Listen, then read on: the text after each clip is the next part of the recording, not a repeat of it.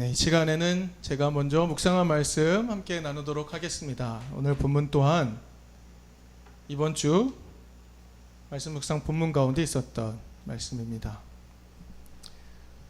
여러분은 요한복음을 읽어보셨겠죠? 요한복음은 어떤 맥락에서 쓰여졌을까를 헤아리면서 요한복음을 읽는 것은 매우 중요합니다. 그것은 다른 어떤 성경도 마찬가지겠죠. 그 성경이 어떤 맥락에서 누구에게 쓰여졌는지 그것을 헤아리는 것은 전체의 뜻을 이해하는 데 매우 큰 도움을 줍니다. 오늘은 요한복음 이야기를 좀 하려고 합니다. 요한복음의 저자가 어떤 맥락에서 요한복음을 기록했는지 잘 살피다 보면 요한복음 안에 담긴 그 애타는 마음, 요한복음의 저자가 전하고자 하는 그 애타는 마음이 2000년 지난 지금 이 순간에도 여전히 생생하게 울려온다는 것을 느낄 수 있을 겁니다.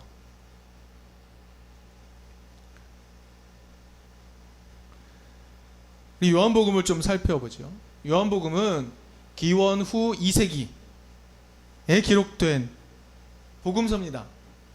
다른 복음서보다 늦게 기록이 되었죠. 가장 늦게 기록이 되었습니다.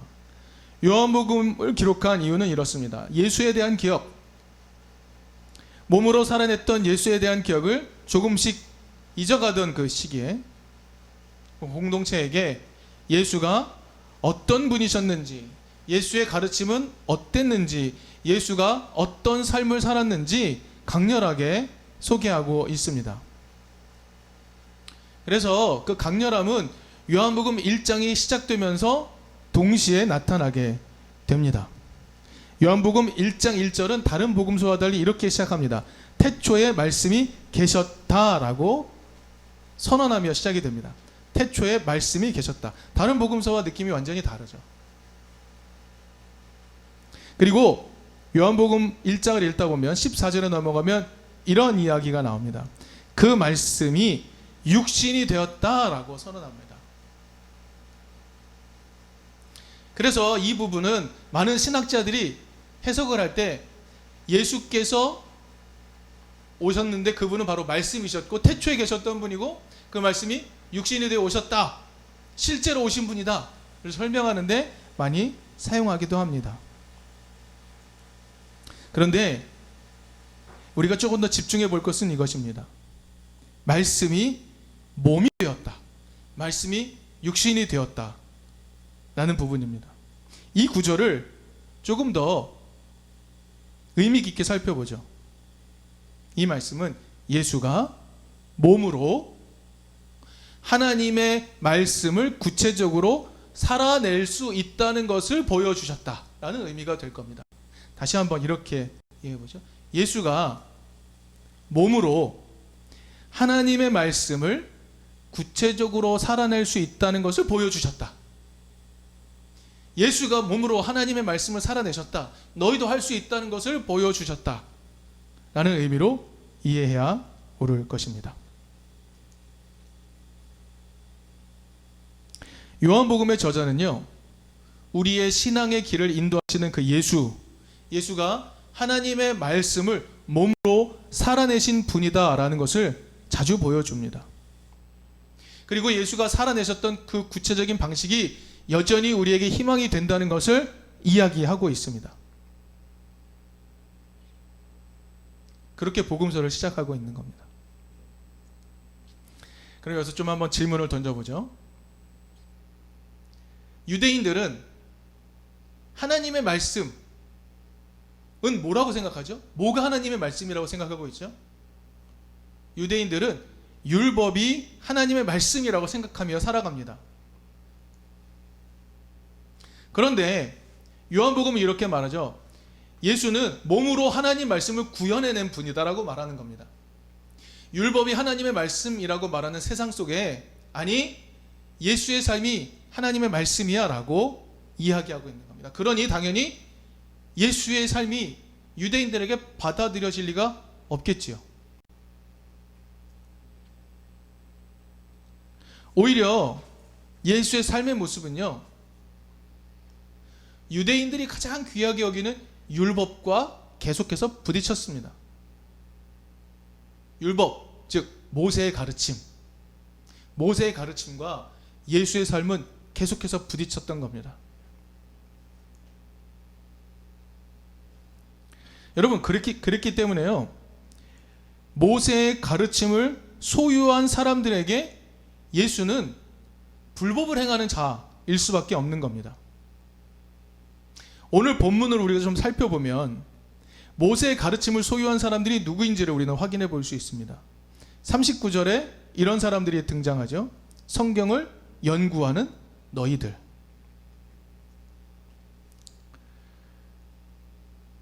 요한복음은 바로 이 사람들과 싸우고 있습니다.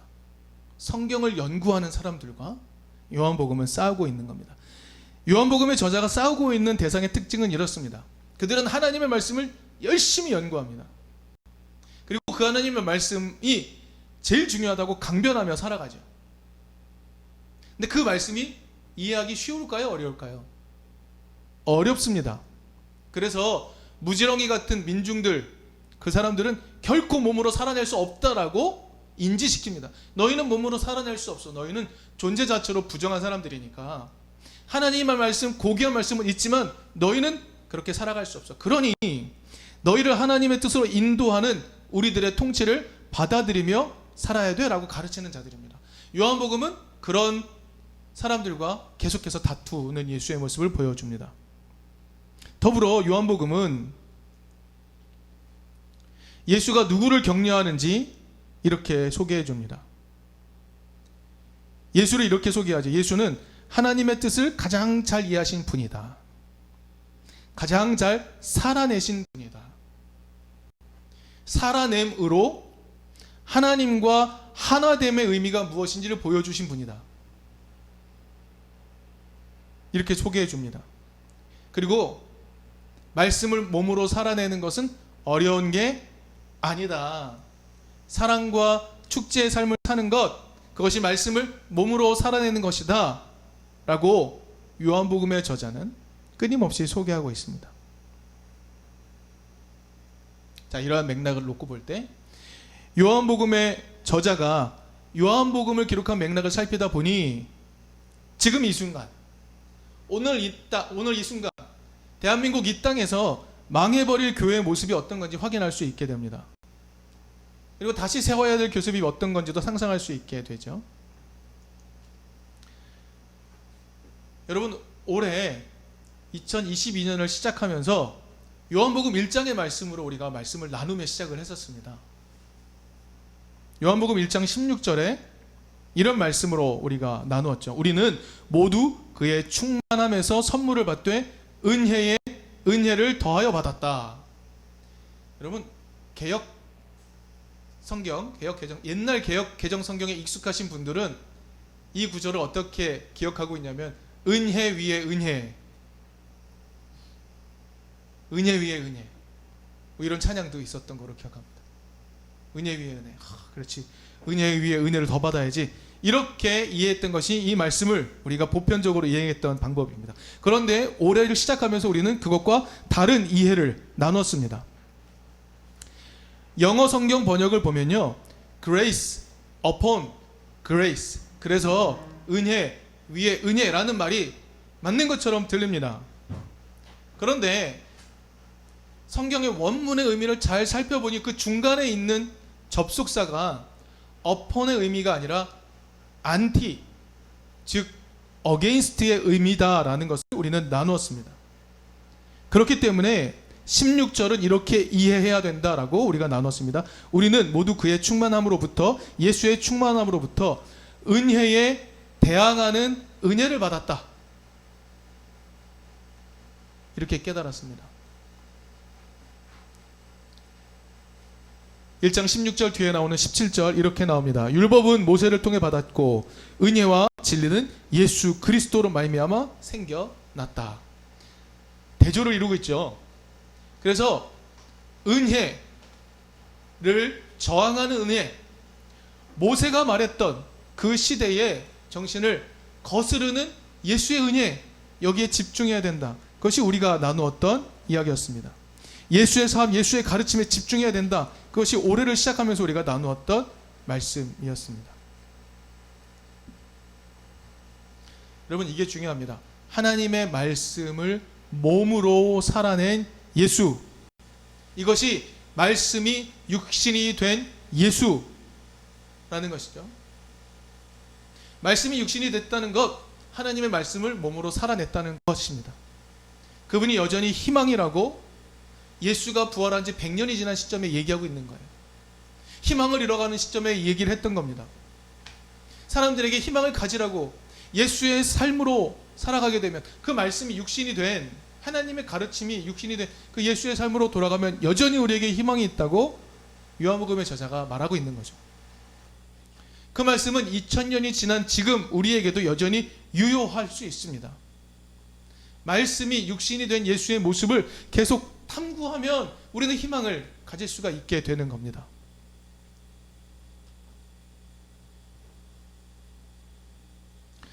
중요한 깨달음을 좀 나눠볼까요?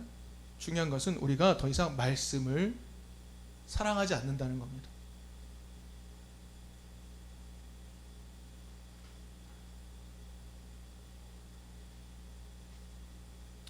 우리는 말씀을 별로 좋아하지 않습니다. 그 말씀을 구체적으로 살아낸 예수를 별로 좋아하지 않습니다. 여러분, 솔직히 고백합시다. 예수에게서 희망을 보십니까? 여러분, 예수에게서 희망을 볼 수 없는데 왜 교회를 다닙니까?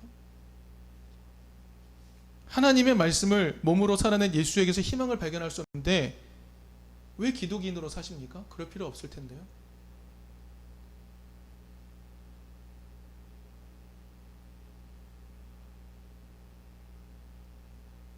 오늘 본문 39절에 성경을 연구하는 사람들이 등장합니다. 근데 좀 말씀을 잘 헤아려 볼까요? 그들이 성경을 연구하는 이유는 무엇이었나요? 그들은 왜 성경을 연구하고 있었습니까? 영원한 생명이 그 안에 있다고 믿었기 때문이다라고 성경은 이야기해 줍니다. 그들은 성경을 연구하면서 그 안에 영원한 생명이 있다고 믿으며 성경을 연구했다 라고 소개합니다. 그런데 그 다음 바로 요한복음 안에서 예수는 그들에게 이렇게 말하죠. 너희는 생명을 얻으러 나에게 오지는 않는다 라고 말합니다. 여러분, 요한복음 안에서 예수의 모습은요, 하나님의 말씀 안에서 막 생명을 누린 분으로 소개합니다. 요한복음 안에서 예수의 모습은 하나님의 말씀을 살아내면서 생명을 막 누리는 분이에요. 그래서 예수에게 접촉된 사람들은 막 생명이 넘치는 겁니다. 가나의 혼인잔치가 연장이 되고 죽었던 나사로가 살아나고 끝없는 생명이 넘쳐나는 겁니다. 하나님의 말씀을 몸으로 살아낸 예수를 만난 사람들은 생명이 넘쳐나는 거예요. 그래서 요한복음 1장 3절 4절은 이렇게 말하죠. 창조된 것은 그에게서 생명을 얻었다라고 말합니다. 생명은 그 사람의 빛이었다. 사람의 빛이었다. 수많은 사람들이 예수에게서 빛을 발견했는데 생명을 발견했다는 겁니다. 그 얘기를 요한복음은 해주고 있는 겁니다. 그런데 오늘 보면 39절에 등장하는 사람들, 하나님의 말씀을 연구의 대상으로 삼는 사람들, 하나님의 말씀을 가지고 지적 탐구에만 몰두하는 사람들, 특별히 44절에는 이런 얘기도 해주죠. 서로 영광을 주고받는 사람, 서로 칭찬하고 너 참 연구 대단해, 너 성경 이해 참 대단해, 멋졌어, 서로 칭찬하고 서로 영광을 주고받는 사람들, 이런 사람들이 39절에 등장하는 사람들입니다. 그런데 요한복음은 그런 사람들에게 결코 호의적이지 않습니다. 요한복음은 하나님의 말씀을 몸으로 살아내신 예수를 끊임없이 소개합니다. 하나님의 말씀을 현재의 삶에서 살아내신 예수 그리스도, 그래서 그 예수와 접촉된 모든 창조 세계가 생명을 얻었다라고 소개해주고 있는 겁니다. 여러분, 요한복음이 희망을 잃어가고 있는 사람들에게 다시 희망을 일깨우는 말씀이라는 것을 좀 기억해 주십시오.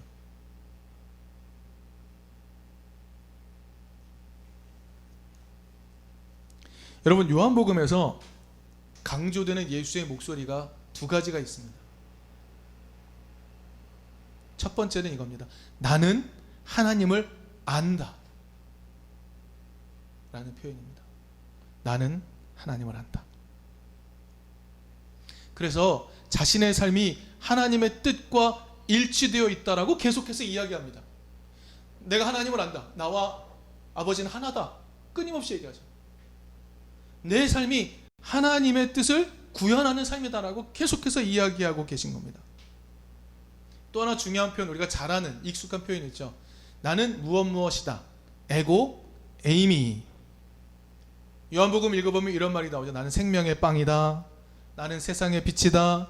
나는 선한 목자다. 나는 길이요 진리요 생명이다. 이 말씀 기억나시죠? 이런 말씀들. 이게 에고 에이미라는 표현입니다. 나는 무엇이다. 근데 이건 마치 형용사가 있어야만 존재할 것 같은 표현이죠. 에고 에이미. 나는 무엇이다. 나는 무엇이다. 이렇게 말하니까요. 하지만 성경을 연구하면 에고 에이미는 그 자체로 완성된 문장이 됩니다. 무슨 의미냐면 나는 존재한다라는 뜻입니다. 나는 존재한다. 이 말씀이 어디서 나왔는지 여러분 기억나시죠? 출애굽기 3장 14절입니다. 모세가 야훼 하나님을 만납니다. 야훼 하나님이 모세에게 너 이집트로 가서 내 백성을 이끌어내라. 모세가 말하죠. 나를 보내신 분이 누구라고 말할까요? 이름을 묻습니다. 그때 나온 말씀. 나는 스스로 있는 자다. 나는 존재한다. 이 구절이요. 여러분 헬라어로 구약 성경을 써놓은 게 70인역인 거 알고 계시죠? 그 70인역에 그대로 나옵니다. 에고에이미. 나는 존재한다. 이 말씀을 예수가 그대로 쓰고 있습니다. 어떤 의미일까요? 요한복음에서 예수는 야훼의 존재 방식 그대로 살아내신 분이다 라고 이야기해주고 있는 겁니다. 요한복음은 예수를 이렇게 소개합니다. 하나님의 말씀을 몸으로 살아내신 분이다. 그분은 그렇게 사신 분이다. 그분은 끊임없이 모세의 가르침을 독점한 사람들과 싸우셨지만 그들이 틀렸고 예수가 옳았다라고 계속해서 이야기해주고 있는 겁니다. 여러분 오늘 본문 39절에서 성경을 연구하는 이들이 찾는 영원한 생명과 40절에서 예수가 말하는 생명의 의미는 사뭇 대조됩니다. 분명한 대조를 이루며 기록되어 있습니다. 성경을 연구하는 사람들은요, 영원한 생명을 찾고자 합니다. 하지만 몸으로 하나님 말씀을 살아내고 있는 그 예수 안에 있는 현재적 생명에는 조금도 관심을 두지 않습니다. 여러분 요한복음 우리 1장 3절 4절 나눴죠. 창조 세계는요 예수와 접촉되는 순간 생명을 누리고 있습니다. 왜요? 예수는 하나님의 말씀을 몸으로 살아냈던 분이었기 때문에. 그래서 요한복음은 끊임없이 예수와 접촉되는 사람들에게 생명이 넘친다라고 이야기하고 있는 겁니다. 예수의 길, 하나님의 말씀을 몸으로 살아낸 그 길이 현재적 생명의 길이다라고 요한복음의 저자는 끊임없이 얘기해주고 있는 거죠. 여러분 요한복음이 기록되는 시기에도요 사람들이 자꾸 미래로 관심을 두기 시작했던 것 같습니다. 교회의 관점이 자꾸 무시간적인 미래로 넘어가는 겁니다. 저 나라, 저기, 멀리. 그런데 요한복음은 교회의 삶의 자리를 지금 여기로 계속해서 끌어당기려고 노력하고 있습니다. 영원한 생명을 찾겠다고 저 미래로 계속해서 우리의 삶의 자리를 넘겨버리는 교회를 향해서 아니 하나님의 말씀을 몸으로 살아낸 그 예수, 현재적 생명을 보여주신 그 예수의 길로 돌아오라 라고 계속해서 이야기하고 있는 겁니다. 여러분 오늘 본문 42절 말씀 이렇게 기록이 되어 있습니다. 너희에게 하나님을 사랑하는 마음이 없는 것 나는 알고 있다. 너희에게 하나님을 사랑하는 마음이 없다는 것 나는 알고 있다. 그 시대를 향한 꾸짖음이며 동시에 오늘 우리를 향한 꾸짖음입니다. 지난 주일에 공동체 설교가 있었죠. 거기서 경찬 형제 사랑한다는 것이라는 제목으로 우리에게 좋은 깨달음을 주었습니다. 여러 도식을 보여주면서 사랑 이퀄 하나님, 그래서 본문의 말씀을 있는 하나님을 사랑으로 바꿔서 우리에게 소개해 주기도 했었죠. 지난주에 경찬 형제가 들려주었던 메시지를 조금 정리해 보았습니다. 저는 이렇게 들었습니다. 사랑하는 행위 자체, 그 자체가 그 안에 하나님을 모신 것, 사랑하는 행위 자체가 우리의 삶에 하나님을 모신 것이라고 일깨워 주었습니다. 그리고 또 사랑의 형상, 사랑의 모양이 하나님의 형상이라고 일깨워줬습니다. 하나님을 볼 수 없지만 우리가 사랑하게 되면 우리의 사랑의 형상이 곧 하나님의 형상이 된다라고 일깨워 주었습니다. 그리고 이런 깨달음도 주었죠. 지금보다 더 나은 모습이 필요한 게 아니다. 지금보다 더 완성형으로 돼야 될 필요가 없다. 지금 여기 각자 있는 모습 그대로 받아들여 주는 것에서 우리는 사랑의 하나님을 경험할 수 있게 된다라고 이야기해 주었습니다. 저는 지난주에 경찬 형제가 나누어 주었던 그 말씀이 현재적 생명과 관련된 말씀이라고 이해했습니다. 그것이 교회 안에 필요하다고 이야기해 준 것 너무 고맙게 생각이 되었습니다. 여러분, 오늘 우리의 삶을 한번 돌아볼까요? 여러분의 삶에 생명력이 넘치나요? 너무 우스운 질문이죠. 왜요? 그렇지 못하니까요. 우리의 삶은 고통의 연속이니까요. 그런데 그런 순간에 생명력 넘치는 그 예수의 길이 우리에게 찾아올 수 있다는 것을 우리는 깨달을 필요가 있습니다.